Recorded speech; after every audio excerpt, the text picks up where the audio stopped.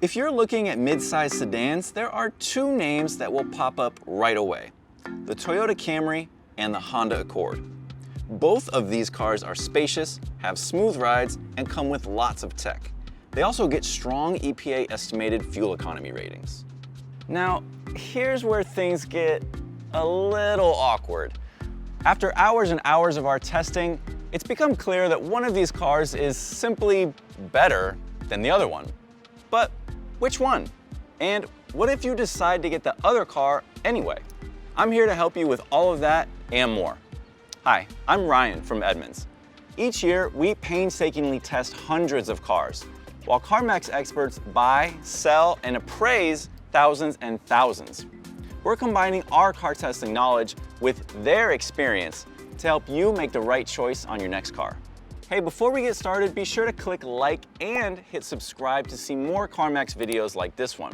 If you'd like to read a full in-depth article about both of these vehicles, click the link in the description below. Is there really that much difference between an Accord and a Camry? Yes.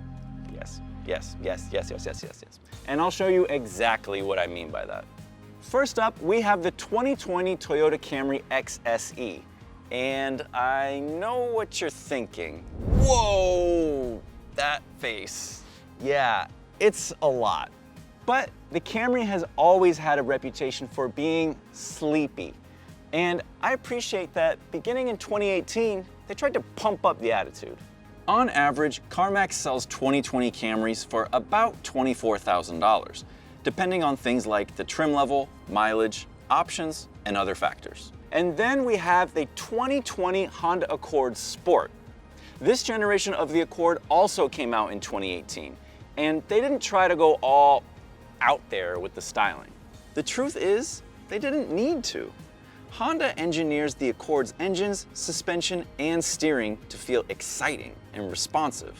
The Accord doesn't need to shout. It does all its showboating on the road.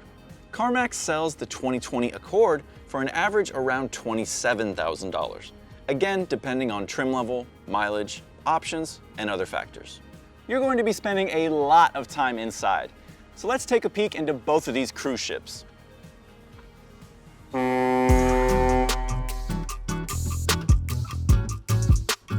There is a reason so many people feel comfortable inside of the Camry, figuratively and literally.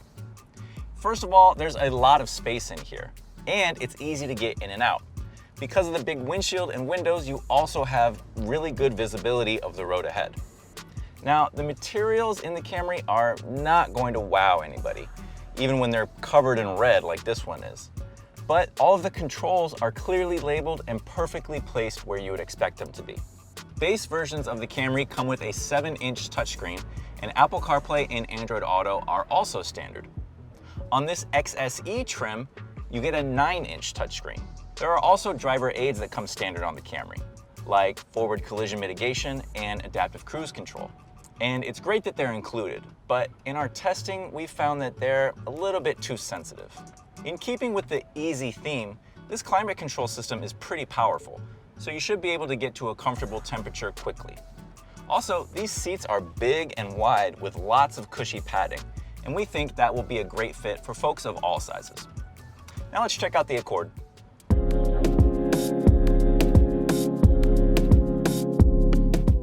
At first glance, the Accord could fool you for a luxury car. But does it hold up to a closer inspection? Let's find out. Just like the Camry, up front you have lots of room and great visibility of the road ahead.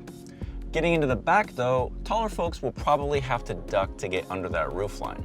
However, once they're there, they'll enjoy lots of legroom.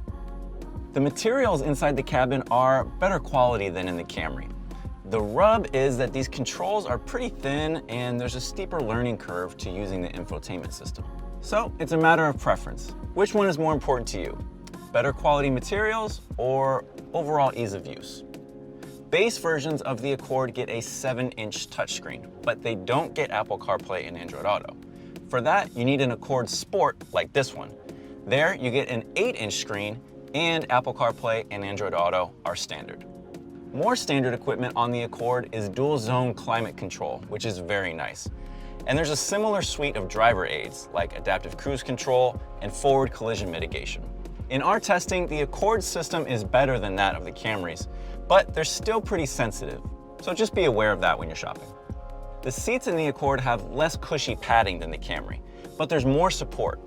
It's a really nice shape that feels like it will hold up well for long drives. So again, a matter of preference. Big and cushy, tighter and more supportive. It's cushy to a fault, but there's no doubt the Camry is practical. It's just not exciting. Comparing these cabins may be kind of a wash, but the Accord definitely feels more grown up in its materials and graphics. So far, these sedans have been pretty much neck and neck, but that ends now, because we're about to hit the road. I could really use an iced coffee or something. You guys? Anybody else? What would happen if you put seatbelts on a cloud? The Toyota Camry. The Camry has a smooth ride, but like a cloud, it's exposed to the elements. There's lots of outside noise, from the engine, from the road, and from the wind. But the Camry's cushy nature is its main feature on the road. Under the hood, you have a choice of a 4-cylinder engine or a V6. My advice, the 4-cylinder is plenty. It's a sleepy drive that likes to amble along, but I like the smooth gear shifts. Ultimately though, driving the Camry just feels too vague, which saps some confidence. And it doesn't match the flashy design outside. The Camry is a cloud, but the Accord is a stylish, comfortable piece of vintage furniture with seatbelts. It's naturally responsive and easy to use, and it's a step ahead of the Camry on the road. There are not one, but 2 turbo engines to choose from. There's a 1.5 liter and a 2.0 liter. The latter can cost more, but that engine has the power for sporty driving and the refinement of a luxury car. Really. The Accord feels great to the pedal. It's happy to play, and the brakes have good feedback. The steering balances fun and comfort. I enjoy it more the longer I drive it. There's also a good ride, but you can feel the suspension working underneath you on the road. Here's a pro tip. If you get the Touring model, it has upgraded dampers for even more comfort. It's also impressively quiet inside. There's very little traffic noise, and you only get road noise at highway speeds. This Camry feels miles better than Camrys of the past, but it has a long way to go to reach Accord levels. You think it, the Accord does it. This is among the very best midsize sedans on the road. The Camry is practical above all, but is that enough to beat out the Accord? In the back of the Camry, you get 15.1 cubic feet of trunk space, and that's very large for the class. You also get this really wide opening. Look at how wide this thing is. If you need to load things that are even larger than that, you can fold down the rear seats by pulling these levers. The back seat also has a lot of space for bulky child seats. Just try not to lose those little plastic covers. When it comes to fuel economy, this XSE trim with the 2.5 liter engine is rated at an EPA estimated 31 mpg combined, which is good for the class, and even better, we've backed it up in our testing. If you need even more efficiency, base versions of the Camry get an EPA estimated 34 mpg combined. Get out of here, Camry. The Accord has even more trunk space at 16.7 cubic feet, which is a lot for the class. Just like in the Camry, there are levers back here so that you can fold down the rear seats while you're standing at the trunk. And in that back seat, there's plenty of space for bulky child seats. Plus, these little flaps make it easy to find the anchors, and you're not going to lose them. They're attached to the seat.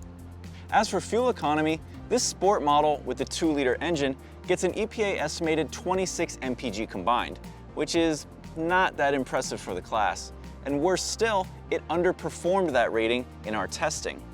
If you need more efficiency, you can find an Accord with the 1.5-liter engine and CVT transmission. That will get 33 mpg combined. The Camry provides a great package with loads of space and accurate fuel economy estimates. The Accord goes above and beyond when it comes to storage, but that 2-liter turbo is thirsty. The Toyota Camry and Honda Accord are 2 of the most sensible used cars you can buy. They just appeal to very different customers. The Camry provides a stress-free experience with a lower average price, better fuel economy ratings, and more intuitive tech. It's for cruising around and hauling your family and friends in those supremely cushy seats. It is not for shaking you awake in the morning. You're going to need to stock up on coffee. The Accord makes you feel more alive. You will likely pay a little more for it, but at Edmunds, we think it's worth the extra coin for the feeling you get behind the wheel. There's a precision and punch to the driving experience. Plus, you actually get more legroom and trunk space. It's a sedan that simply goes above and beyond. You're just gonna use a little more gas. So, which one is for you? We recommend the Accord for the majority of buyers, but there are plenty of reasons to love the Camry. One thing's for sure, there's a lot of value in these midsize sedans. Thanks so much for watching. Leave us a comment below to let us know which sedan you would pick, and don't forget to subscribe to see more CarMax videos like this one. If you'd like to read a full in-depth article about both of these cars, click the link in the description below.